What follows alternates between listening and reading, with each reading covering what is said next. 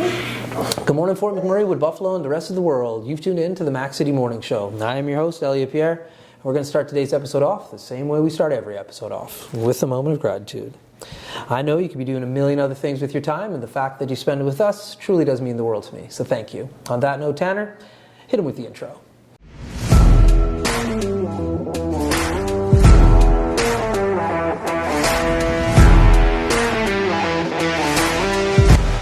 How's it going, you guys? It's Jake White, JJW, coming at you from Norrell Toyota in Fort McMurray.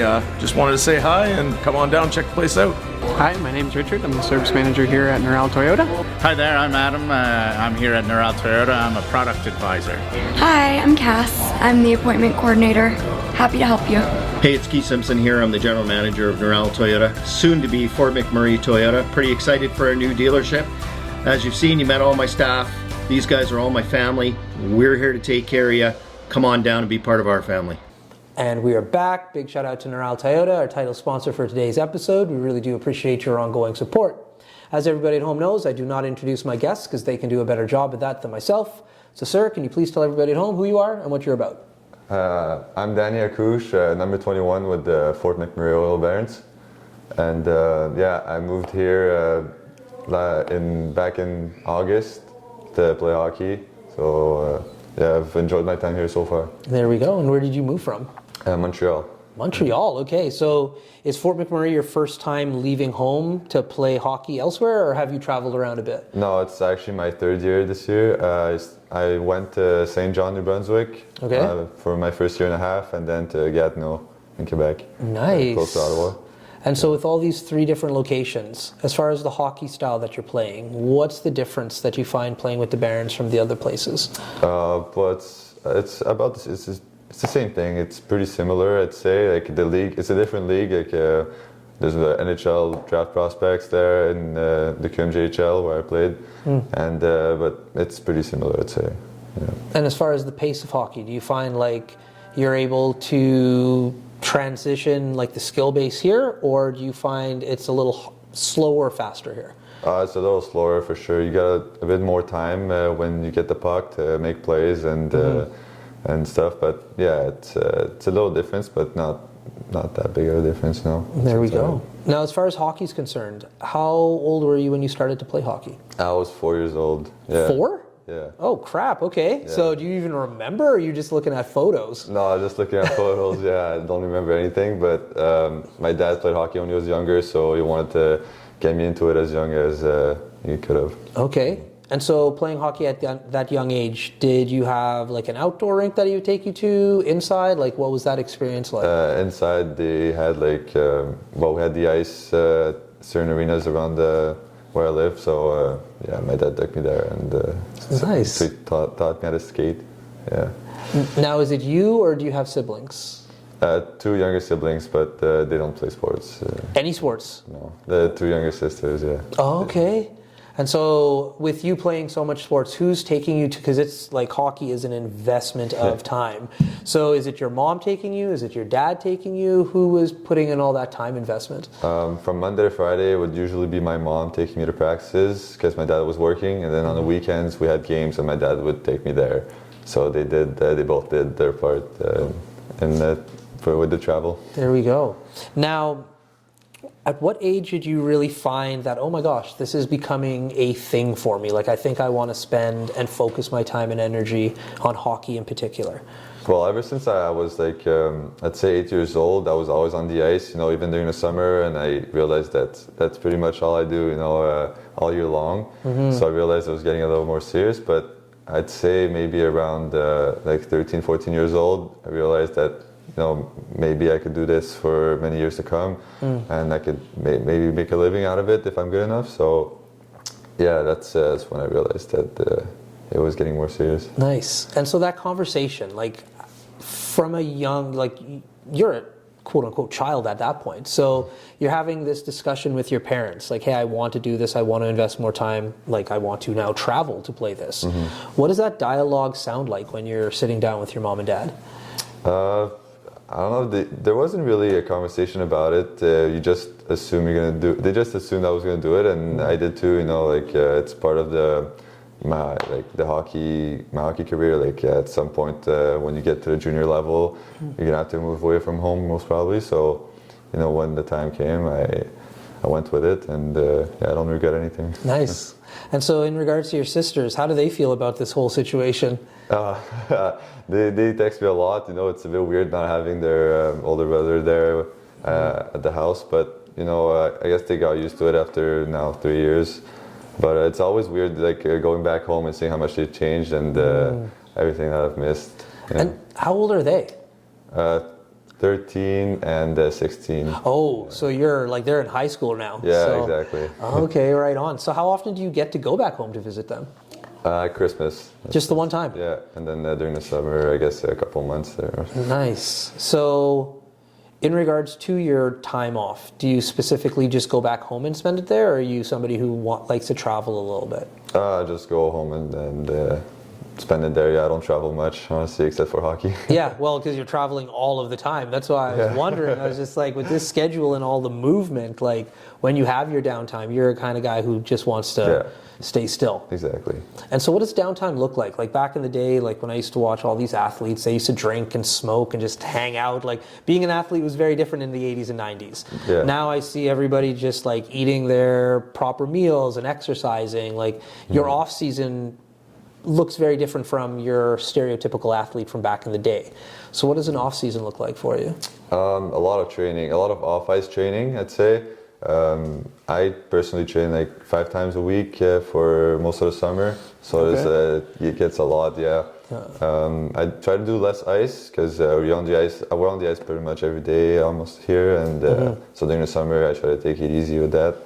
But a lot of off-ice training to like gain some weight, some good weight, and nutrition varies, you know, it depends, but try to keep it as clean as possible. Yeah.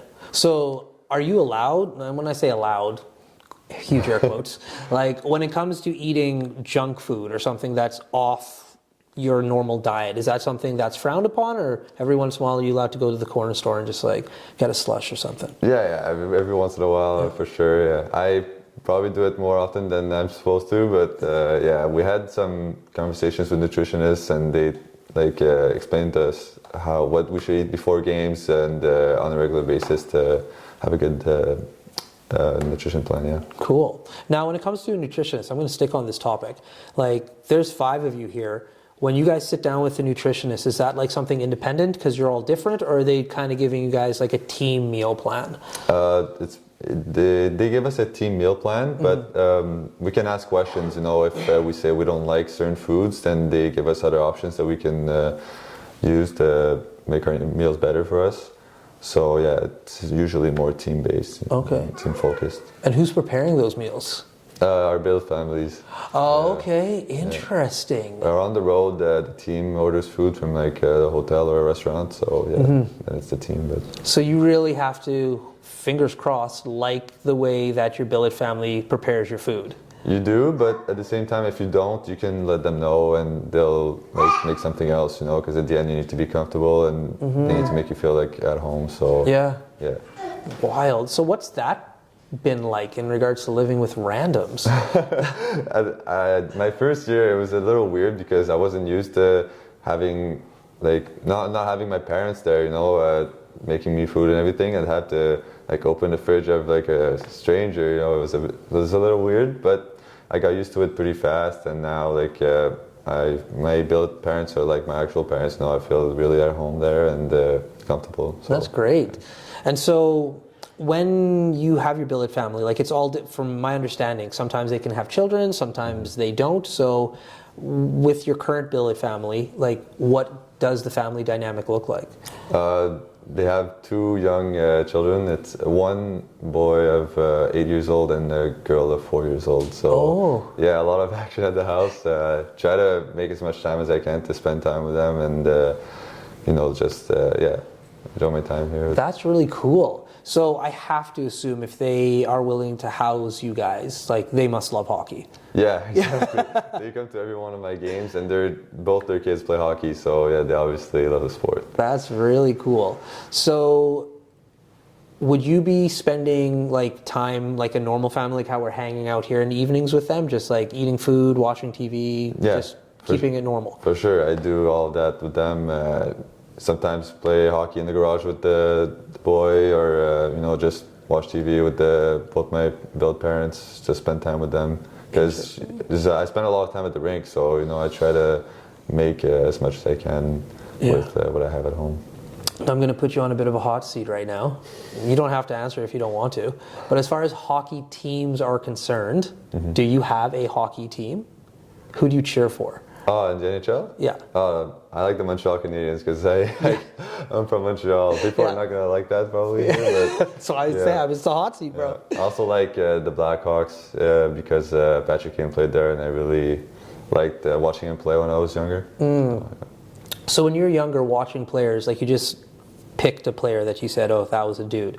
Like, is there a certain style that you have tried to emulate, or just not tried to emulate, but like when you're skating around, you're like, I kind of got the same moves as this guy. Yeah. When you're younger, you try to find a player that you want to compare yourself to. So, when I was younger, I really wanted to be like Nathan McKinnon, but when I'm older now, I realize that maybe not. As my playing style is maybe not the same as him, but I really like watching him and a lot of other players play. So So, Tanner tapped his phone. So Tanner tapped his phone. That means he watch. Oh, watch. We're out of time. You didn't even get your question in. Oh, bro. Unfortunately, this conversation just went too slick. We are out of time. But before I cut you loose, everybody gets a shameless shout out or plug. So you have the mic, the camera, the lights. Have fun. A shout out or a plug, so you get to like thank somebody or something, or Oh, okay. Well, so I'm not sure. You can shout out your mom, your friends, your car, like anything, Or you could plug an organization, whatever you want to do. Well, shout out to my mom, dad, and sisters, and to my build family. There we go. Awesome. Well, for McMurray with Buffalo, the rest of the world, that's been another episode of the Mac City Morning Show. From the bottom of my heart, thank you very much for tuning in. Big shout out to our title sponsor, Neural Toyota, as well as Carrie from Patchouli Rose and the beautiful people at Coldwell Banker. Hope everybody's having a great day, and we'll see you tomorrow. Peace. Hi everyone, it's Carrie with Patchouli Rose here at Thickwood Barbershop. If you're wondering what to get your loved one this season for Valentine's Day, I make an all-natural anti-aging skin serum called Good Skin. It's good for men and women, and it's available for purchase here at the barbershop, downtown at the Corridor Shops and Events, and on my website. Thank you for your support.